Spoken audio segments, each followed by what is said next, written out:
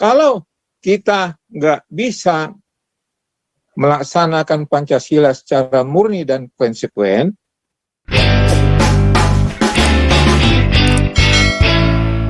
ya. Nah, kembali ke topik kita mengenai rasisme ini, Pak Paul.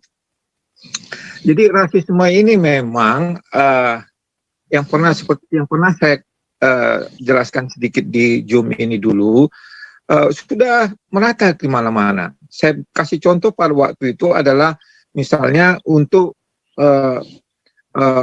pegawai negeri, ya. Saya katakan ceklah ke kelurahan Anda, lihat pegawai-pegawainya. Kan di situ ada boardnya, itu di board ininya pegawai kepegawaiannya, susunan organisasinya, ceklah ada nggak di situ misalnya ini ya, kalau di situ misalnya lingkungan yang berbagai jenis agama, ada nggak di situ agama Hindu masuk di dalam organisasi itu, atau agama Kristen aja, karena Hindu mungkin terlalu kecil ya, Kristen aja. Nah, saya sudah pernah melihat seperti itu, dan saya memang kalau kategori di Barat itu sudah termasuk rasis. Lihatlah ke pegawai negeri, di BUMN, di departemen, berapa persen orang Chinese misalnya, ya mungkin hanya 0,01 gitu ya, ada, tapi sedikit sekali. Nah, itu kalau kita perhatikan sudah mengarah ke rasis. Mengarah ke rasis pun sebenarnya sudah ilegal, sudah tidak baik. Nah, tapi apakah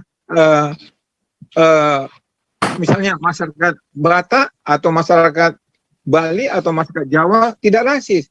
Ada, ya, atau Chinese misalnya juga. Misalnya sebagai contoh lainnya, misalnya ada perusahaan suku A misalnya, lalu di perusahaan itu semuanya adalah rata-rata suku A semuanya.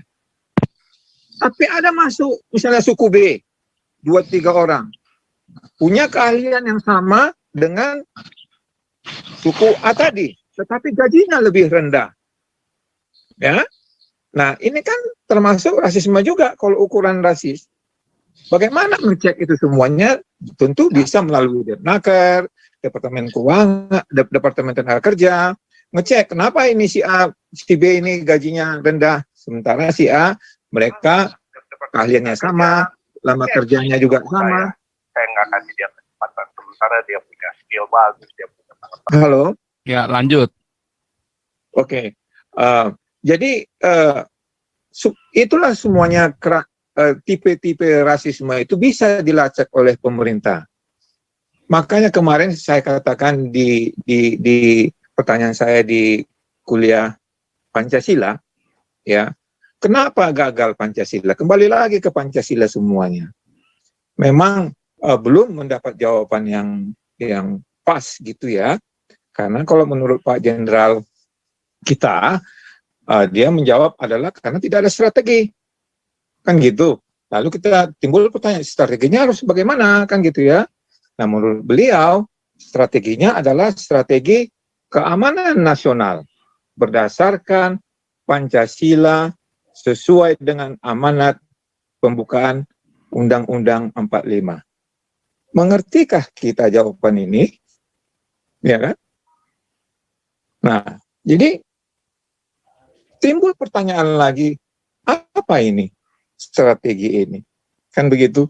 Nah, jadi kalau kita nggak bisa melaksanakan Pancasila secara murni dan konsekuen, ya, yang selalu didengungkan, maka rasisme ini akan terus ada dimanapun itu. Yang upayanya yang dilakukan oleh kita sebagai negara yang Pancasilais, rasisme ini bisa ditekan sekecil-kecilnya. Caranya yaitu tadi, kita harus mengerti dulu Pancasila itu apa dan pelaksanaannya bagaimana, di mana kegagalan selama ini. Itu harus kita ketahui. Kalau kita nggak tahu di mana gagalnya, kita nggak tahu memperbaiki, itu saja. Misalnya ada mesin ya, nggak mau berjalan, atau berjalan misalnya batuk-batuk. ya. Kalau kita nggak tahu di mana permasalahannya, kita nggak tahu memperbaiki mesin tersebut. Jadi itulah mengenai rasisme yang ada di Indonesia maupun di mana-mana juga. Nah, mengenai yang dijelaskan Pak Raja Uti kemarin, tadi, yaitu mengenai etnis Chinese sudah ada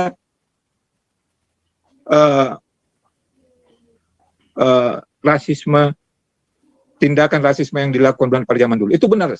Tetapi itu memang harus diulas secara keseluruhan sehingga tidak menjadi polemik. Karena itu adalah masalah Belanda dan etnis Chinese dan juga merembet sampai sekarang, membawa orang Betawi dan lain-lain. Nah, jadi kalau ada nanti sesinya seperti itu bagus sekali, karena saya pernah membaca itu juga, kira-kira kalau nggak salah 6 tahun yang lalu itu ada datanya semua di internet.